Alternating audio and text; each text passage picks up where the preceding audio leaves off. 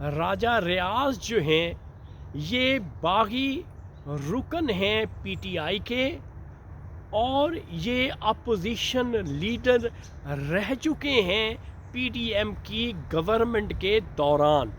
یہ بات راجہ ریاض نے کہی تھی، اور یہ وہ صاحب ہیں جن کے بارے میں جب بھی کوئی اینالسٹ بات کرتا ہے تو اس شخص کو سبھی انڈرمائن کرتے ہیں، اور ان کی کہی ہوئی بات کو کوئی بھی سیریس نہیں لیتا۔ تو مجھے ان کی کہی ہوئی بات آج یاد آتی ہے کہ 15 فیبرری سے ایک ویک پہلے الیکشن کی ڈیٹ آ جائے گی۔ تو ناظرین وہ اب آپ کے سامنے ہے کہ 8 فیبرری کو الیکشن منعقد ہونا قرار پائے ہیں، یہ ڈیٹ آ چکی ہے۔ تو جن لوگوں کو، جن اصحاب کو، جن تجزیہ نگاروں کو یا جن پولیٹیشنز کو بسا اوقات ہم انڈرمائن کرتے ہیں اور انڈر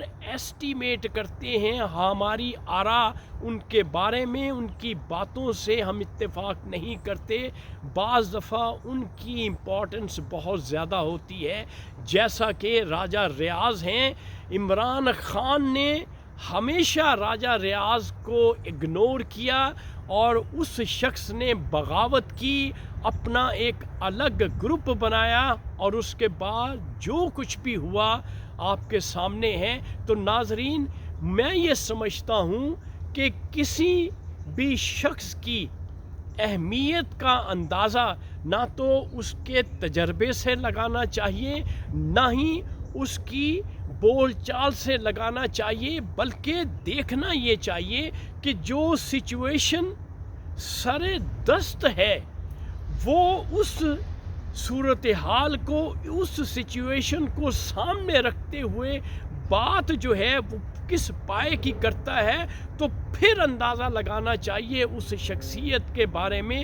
ادروائز جو ہے اس کو بغیر پرکھے، بغیر جانچے اس کی آراء کو، اس کی باتوں کو کچھ ایسس کر لینا مناسب نہیں ہے۔